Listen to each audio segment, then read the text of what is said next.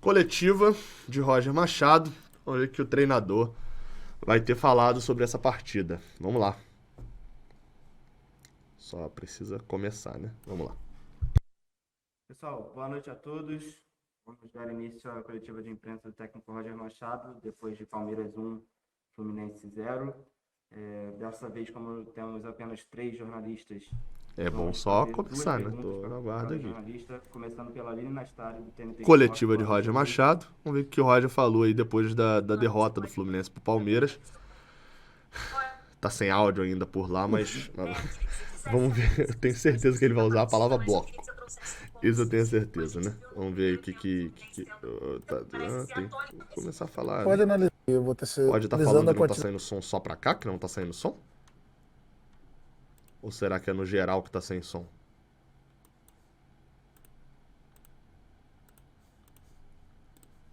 Não tá saindo som pra vocês também, né? Do ponto de vista da De Roger. subjetividade, né, da qualidade do conteúdo. Não Será que cumpriram esqueceram de ligar o do som que lá? com o Veiga, mas também as oportunidades em gol. Né? Então, como eu disse, objetivamente,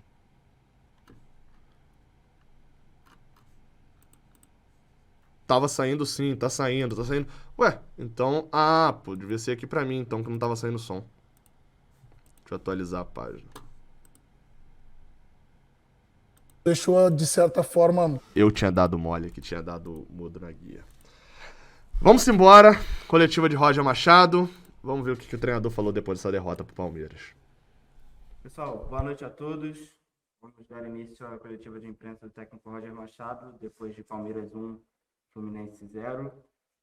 Dessa vez, como temos apenas 3 jornalistas, vamos fazer 2 perguntas por cada jornalista, começando... Só 3 jornalistas que fizeram? Esses dias eu vi uma galera reclamando aí que... Enfim, 3 jornalistas só? E só explicando, um monte de gente pergunta, né? Eu não participo nessa coletiva porque eu estou em live aqui. Mas normalmente a da Libertadores, por exemplo, me inscrevi pra participar já. A da Libertadores é só mandar a pergunta. Agora, 3 só? Pela Aline Nastari, do TNT Esporte. Boa noite, Aline. E um dos 3 é o TNT Esporte, que não costuma estar? Boa noite, Roger, para todo mundo que acompanha também. Queria que você fizesse a análise como você faz questão da partida, mas eu queria que você trouxesse um ponto específico. A gente viu no primeiro tempo o Fluminense tendo 3 chances claras, uma numa bela jogada e não conseguindo colocar a bola na rede. E no primeiro erro defensivo, e já na segunda etapa, o Palmeiras consegue fazer o gol dele.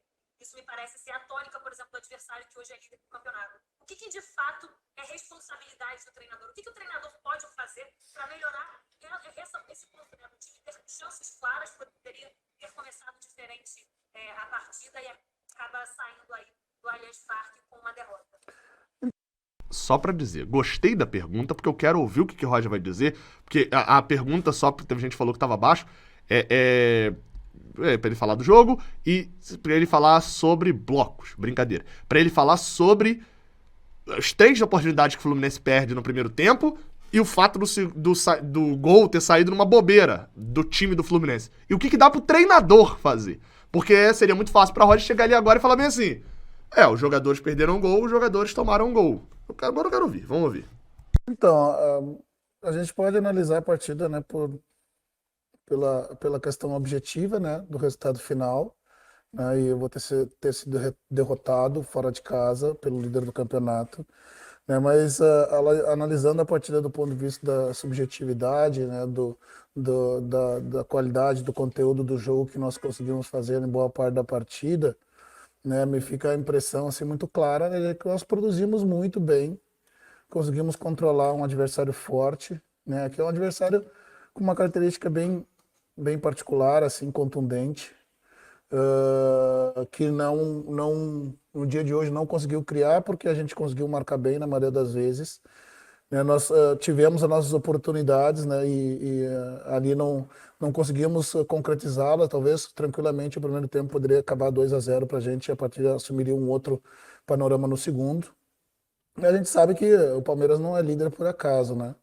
E no primeiro momento ali de um pouco né, de desencaixe defensivo ali, ele conseguiu uma profundidade que é característica da equipe do Palmeiras, mais com o Scarpa, né, do que com o Veiga, mas também acontece com o Veiga do lado direito, entre o zagueiro e o lateral. Ela aconteceu, a gente não conseguiu interromper esse evento, né? Fica a frustração muito grande, né, em função do que produzimos, do que taticamente e tecnicamente a gente produziu, mas é evidente que a eficiência não foi suficiente, né, para que a gente transformasse as oportunidades em gol. A eficiência não foi suficiente. Pelo contrário, a eficiência da criação. Aí eu concordo, a eficiência da criação não foi suficiente. Mas é óbvio, pô, o que ganha jogo é gol, não é chance de gol. A eficiência não foi suficiente. Não. Faltou a eficiência de empurrar a bola pro gol, por exemplo, né? Nos dois casos, Nenê e no caso de Gabriel Teixeira. Sobre o resto, aí, ok, né? O Fluminense, de fato, controlou o jogo. A vitória do Palmeiras, num sentido geral, realmente, pelo que cada time criou, era no mínimo um empate ali, né? Né? Então, como eu disse, objetivamente o resultado foi 1-0 contra, né? Mas a análise subjetiva nos deixou, de certa forma, Se ele fala ah, felizes, ah, contente pelo que a gente produziu. que manchete, hein, Roger? A atuação nos deixou contente pelo que a gente produziu. Né, pelo que a equipe produziu, mas frustrado pelo resultado final da partida. E o que a gente tem a fazer é trabalhar mais, passar confiança, porque a gente sabe que ali é muito mais confiança do que trabalhar gesto, né? Porque foi tudo aconteceu certinho, né? Agora no final do jogo nós estávamos falando que o Biel no estadual, ele, se não me engano, ele fez um gol não parecido, mas com característica que o goleiro vinha deitado, ele empurrou a bola pelo alto, né, Acho que é o primeiro gol estufando a dele. rede em cima, né? Ali ele talvez não tenha levantado a cabeça o suficiente para perceber que o jogador deitou no chão ali para interromper a trajetória da bola, né? Mas só tá ali, só erra quem tá ali para decidir, né? E a liderança está aqui para passar confiança para os atletas que da próxima vez a bola vai entrar. Assim, vamos lá, ele não falou muito ali do que... Aliás, ele até fala, né? Ele fala do que pode fazer, porque não foi nem uma questão mais de treinamento. Tipo assim, você vai treinar agora, Gabriel Teixeira, vamos treinar, driblar o goleiro e olhar pro gol pra chutar. Não, obviamente não faz sentido. A manchete que eu falo ali no meio é que ele se esforçando pra poder falar bem assim, olha, a atuação, porque de fato, meu amigo, vamos lá, a gente perdeu o jogo, que merda, perdemos o jogo. Mas vamos ser sinceros, a gente enfrentou o líder do campeonato, troféu jogou de igual pra igual, sabe o troféu jogou de igual pra que a gente zoou tantos flamenguistas? É quase que isso. A gente pegou o Palmeiras, jogou melhor, perdeu porque a gente deu um gol, e olha aí, problemas pra gente, mas falando no sentido de time como um todo, o Fluminense hoje fez uma atuação num time como um todo melhor do que a do Palmeiras. Não pode perder gol do jeito que perdeu. A segunda pergunta, Aline. Aproveitar também, eu fiz para o Caio Paulista, que parece ter sentido ali praticamente sozinho, se preocupa, o Fluminense tem uma sequência de jogos importantes, e o quanto que foi determinante a saída dele para um segundo tempo tão diferente do primeiro. A pergunta Eu não sobre diria Caio que Paulista. foi determinante e também não diria que foi tão diferente do primeiro, porque o Palmeiras, depois que conseguiu o seu gol na jogada citada agora, lá pelos 10 minutos, ele passou a contra-atacar a gente, né? A gente teve um controle da bola, criamos oportunidades diferentes da que havíamos criado, porque o Palmeiras colocou muitos jogadores na entrada da área, a gente passou a entrar pelos lados, né? E o Palmeiras passou a nos contra-atacar, né? Claro que a ausência do Caio no ritmo da partida, com a característica do seu jogo e na fase que ele está, é sempre sentida, né? Mas o Luiz entrou bem. O que nos preocupa é para a sequência, né? A gente não sabe ainda o que de fato aconteceu, né? Tem que esperar ainda para fazer um exame. Eu acho prematuro a gente fazer qualquer tipo de... né? Mas é uma perda que nós sentimos, até porque o nosso grupo não é um grupo extenso com jogadores com essas características, né? Em função disso, já programei a vinda do Martins, né, que tem nos ajudado quando a gente tem feito a alternância dos times no brasileiro. E para uma eventualidade, ele se junta a gente. Segunda pergunta é o Thiago Lima, do GE.com. Tomara que não dê Boa nada, noite, né? Thiago. A GL, segunda. Boa noite, Pedro. Boa noite, Roger. Boa noite, meus colegas, tudo aqui na TV. Roger, minha primeira pergunta, só para a gente continuar, como a Aline puxou o tema departamento médico, eu queria te perguntar também a respeito do Lucas Claro, que não viajou com vocês, se ele preocupa também para o próximo jogo, se já é uma ausência. E em relação ao Caio Paulista, o fato dele ter tentado voltar para o jogo foi uma decisão dele mesmo? Vocês não pensaram, de repente, que poderia correr o risco de agravar e segurar, já fazer a substituição logo? Só para entender como que foi a conversa ali e a decisão.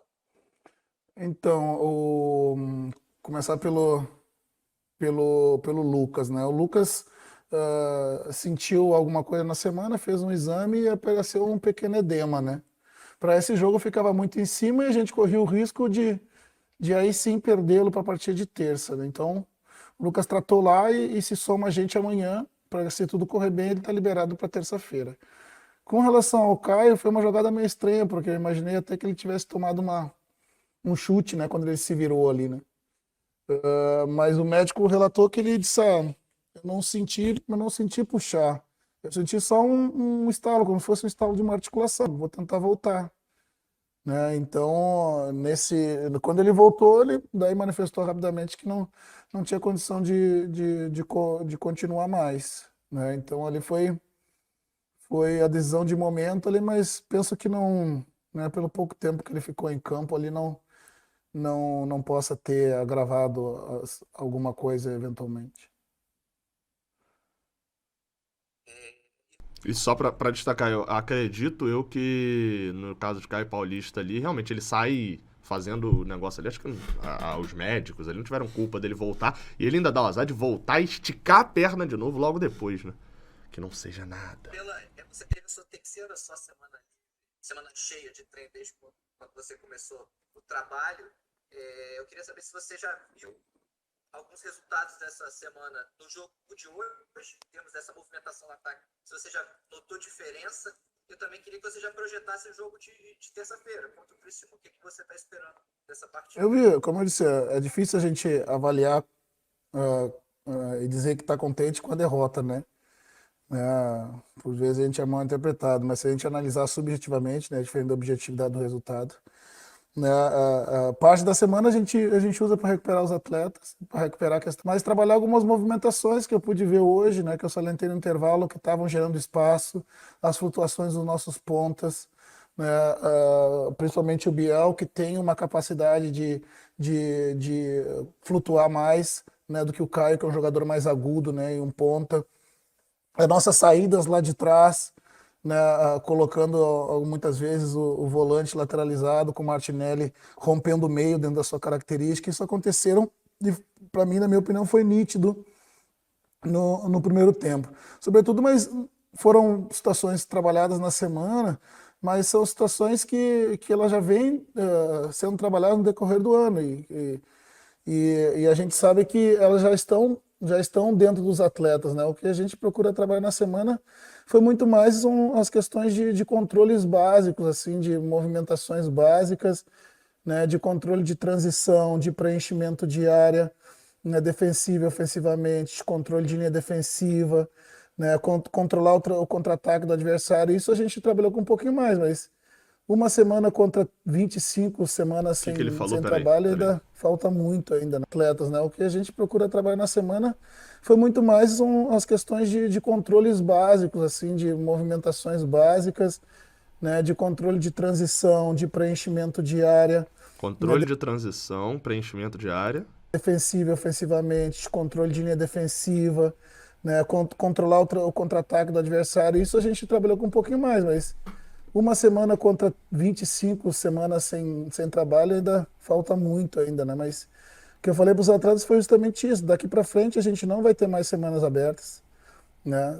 A gente passando dessas fases das competições que nós estamos, mas tudo que os atletas precisam já do modelo já está dentro deles e por vezes uma semana aberta tirada para descansar a cabeça, né? Muito mais para que tu ter ganho de parte física, porque a partir dessa parte do ano, né, não vai ter tanto ganho substancial, né? Mas, como eu disse, eu gostei do que eu vi, né? Não gostei do resultado, evidentemente. Imagino que todo mundo não tenha gostado, mas nos dá uma satisfação de que a gente jogou bem contra o líder do campeonato. Poderíamos ter sorte melhor, infelizmente não tivemos.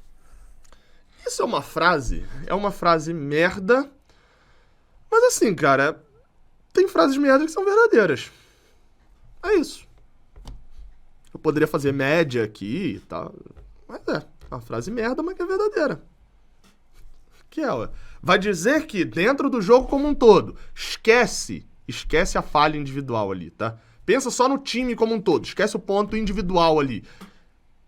Você não gostou? Vamos até pegar o primeiro tempo como um todo, né? Segundo tempo a gente toma um gol rápido e tal, depois... É uma merda de frase. É uma merda de frase pra você falar depois do jogo. É isso. É em 2009, lá do jogo contra a LDU, a gente fala, não, Fred é importantíssimo pro Fluminense. Pô, o cara foi expulso, né, na final.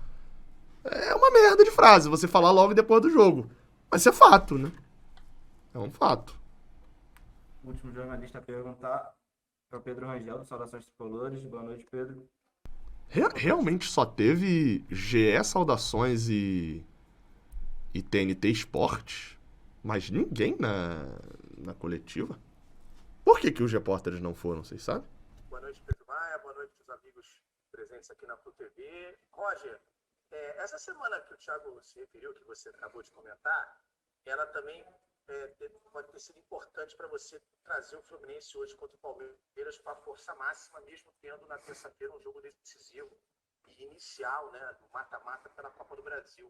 Você pretende vir com força máxima nesses 2 jogos seguintes da Copa do Brasil, contra o Criciúma, né? Vai ser terça-feira, depois sábado aqui no Rio de Janeiro, porque terça-feira que vem volta a Libertadores e um jogo com essa mega importância que tem. Como é que você pretende fazer? Tem força máxima nesses 3 jogos? Não. Mesclar o time? Não, a ideia é a gente ir com força máxima sempre que possível a partir de agora.